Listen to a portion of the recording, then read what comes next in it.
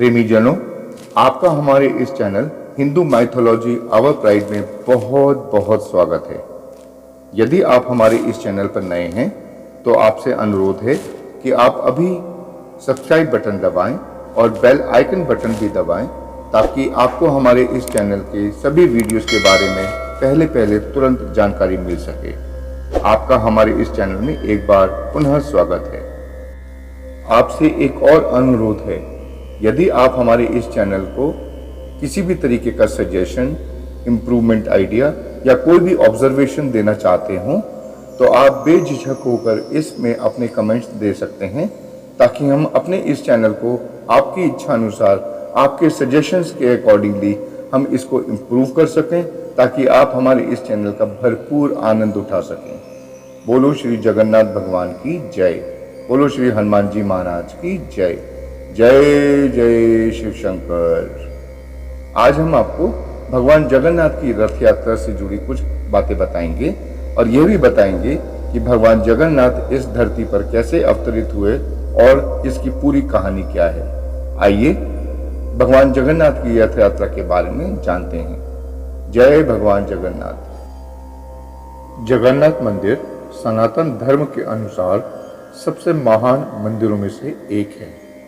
भारत के उड़ीसा राज्य का पुरी क्षेत्र में, जिसे सर्वोच्च पुरी श्री क्षेत्र के नाम से भी जाना जाता है, भगवान श्री जगन्नाथ जी भगवान की मुख्य लीला भूमि है। वैष्णव धर्म की मान्यता है कि राधा और कृष्ण के मित्र स्वयं श्री जी हैं और ऐसा माना जाता है कि इसी प्रतीक के रूप में श्री जगन्नाथ जी भगवान के संपूर्ण जगत का संबंध है।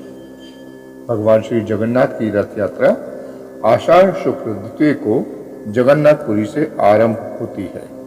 इस साल जगन्नाथ यात्रा 7 जुलाई 2024 रविवार के दिन है। भगवान जगन्नाथ जी की महिमा अवर्णनीय है।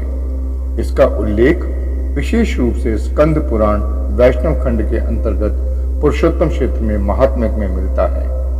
हालांकि रथ यात्रा का वर्णन ब्रह्म पुराण और अन्य पुराणों में भी है। स्कंद पुराण के अनुसार प्रथम मंत्र के द्वितीय खंड सतयुग में जगन्नाथ जी की पहली रथ यात्रा निकली थी। क्या आप जानते हैं जगन्नाथ भगवान की मूर्ति की पूरी कहानी? आइए अब हम आपको जगन्नाथ भगवान की मूर्ति की पूरी कहानी बताते हैं। श्री कृष्ण अपने परम भक्त राजा इंद्रयुम्न के सपने में आए और उन्हें आदेश दिया कि पुरी के दरिया के किनारे पड़े एक पेड़ के तने में से वे श्री कृष्ण का एक विग्रह अर्थात आइडल बनवाएं। राजा ने इस कार्य के लिए बढ़ई की तलाश शुरू कर दी और कुछ ही दिनों बाद एक रहस्यमय बूढ़ा ब्राह्मण वहां आया और उसने कहा कि वह प्रभु की विग्रह यानी आइडल बना देगा, लेकिन उसकी एक शर्त थी कि वह आइडल या विग्रह बनाते समय कमरा बंद रखेगा और जब तक मूर्ति बनकर तैयार नहीं हो जाती कोई भी कमरे में दरवाजा नहीं खोलेगा और कमरे के अंदर नहीं आएगा। अगर ऐसा हुआ तो वह बीच में ही काम छोड़कर चला जाएगा। ऐसा माना जाता है कि लगभग 1 हफ्ते बाद कमरे से आवाज आनी बंद हो गई तो राजा ने सोचा कहीं मूर्तिकार को कुछ हो तो नहीं गया, और इसी विचार से राजा ने कमरे का दरवाजा खुलवा दिया। अंदर जाकर राजा अचंभित रह गया। अधूरी मूर्ति रखी हुई थी पर मूर्तिकार वहां से अदृश्य हो चुका था। मूर्तिकार वहां नहीं था। तुरंत राजा को एहसास हो गया कि मूर्तिकार और कोई नहीं, स्वयं भगवान विश्वकर्मा जी थे। राजा ने देखा कि मूर्ति के हाथ और पैर नहीं बने थे, मूर्ति अधूरी थी। राजा पछतावा करने लगे कि उन्होंने दरवाजा क्यों खुलवाया।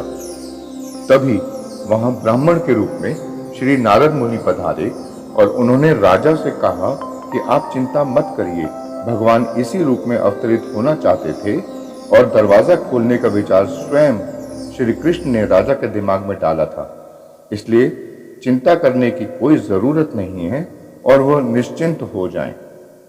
आज भी अपूर्ण और अस्पष्ट मूर्तियां वहां प्रतिष्ठित हैं। भगवान जगन्नाथ, भगवान बालभद्र और देवी सुभद्रा की मूर्तियां मंदिर में सुशोभित और प्रतिष्ठित हैं और इन्हीं मूर्तियों की रथ यात्रा निकाली जाती है। बोलो भगवान जगन्नाथ की जय। आइए अब जानते हैं कि पुरुषोत्तमपुरी की रथ यात्रा क्यों की जाती है। जगन्नाथ रथ यात्रा एक वार्षिक हिंदू त्योहार है और इन रथों को बड़ी संख्या में श्रद्धालु खींचते हैं। जगन्नाथ जी की रथ यात्रा का पालन पुराणों के काल से होता आ रहा है। इस त्योहार का विशद ब्रह्म पुराण, पद्म पुराण और स्कंद पुराण में मिलता है। कपिल संहिता भी रथ यात्रा का उल्लेख करती है। मुगल काल में भी राजस्थान के जयपुर के राजा राम सिंह की 18वीं शताब्दी में रथ यात्रा का आयोजन रूप में वर्णित किया गया है। उड़ीसा में मयूरभंज और परला के मुंडी के राजा रथ यात्रा का आयोजन करते थे। हालांकि पैमाने और लोकप्रियता के मामले में सबसे भव्य उत्सव पुरी में मनाया जाता है।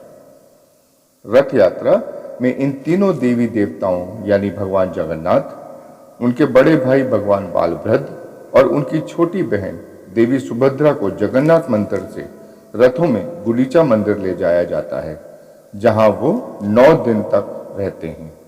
गुंडीचा मंदिर भगवान जगन्नाथ की मौसी गुंडीचा का घर माना जाता है और जगन्नाथ मंदिर से गुंडीचा मंदिर की दूरी लगभग 3 किलोमीटर की है। गुंडीचा मंदिर को कलिंग वास्तुकला में बनाया गया है और ऐसी मान्यता है कि भगवान जगन्नाथ की मौसी पादोपीठा खिलाकर उनका स्वागत करती हैं, जो भगवान जगन्नाथ, उनके बड़े भाई बालभद्र और उनकी छोटी बहन देवी सुभद्रा को बहुत प्रिय है। रथ यात्रा में सबसे आगे भगवान बलराम जी का रथ, बीच में देवी का रथ रहता है। भगवान जगन्नाथ के रथ को नंदी घोष कहा जाता है तथा इस रथ का रंग लाल और हरा होता है। भगवान बालभद्र के रथ को तलध्वज कहा जाता है और इसका रंग लाल और पीला होता है तथा देवी सुभद्रा के रथ को दर्पदलन कहा जाता है तथा इस रथ का रंग काला और नीला या पीला होता है। इन रथों को बड़ी संख्या में श्रद्धालु खींचते हैं। रथ यात्रा में तीनों देवी देवताओं को जगन्नाथ मंदिर से गुंडीचा मंदिर ले जाया जाता है और वहां, जैसा कि हमने पहले बताया, वहां 9 दिन तक रहते हैं। रथ यात्रा से जुड़ा एक महत्वपूर्ण अनुष्ठान छेरा पहरा है। त्योहार के दौरान गजपति राजा एक स्वीपर की पोशाक पहनते हैं तथा चेहरा पहरा यानी पानी से झाड़ू लगाते हैं। अनुष्ठान में देवी देवताओं के चारों ओर झाड़ू लगाते हैं। गजपति राजा रथों के सामने सड़क को सोने की झाड़ू से साफ करते हैं और अत्यंत भक्ति के साथ चंदन का पानी और पाउडर छिड़कते हैं। परंपरा के अनुसार, हालांकि गजपति राजा को कलिंग साम्राज्य में सबसे ऊंचा व्यक्ति माना जाता है, फिर भी वह जगन्नाथ को नीच सेवा प्रदान करते हैं, अर्थात वहां झाड़ू लगाते हैं। इस अनुष्ठान ने संकेत दिया कि भगवान जगन्नाथ के प्रभुत्व के तहत शक्तिशाली संप्रभु गजपति राजा और सबसे विनम्र भक्त के बीच कोई अंतर नहीं है। इस तरह भगवान जगन्नाथ की रथ यात्रा के बारे में हमने आपको बताया कि रथ यात्रा क्यों की जाती है, भगवान जगन्नाथ की मूर्ति इस तरह से क्यों है और इसकी सारा विस्तार हमने आपको समझाया और बताया।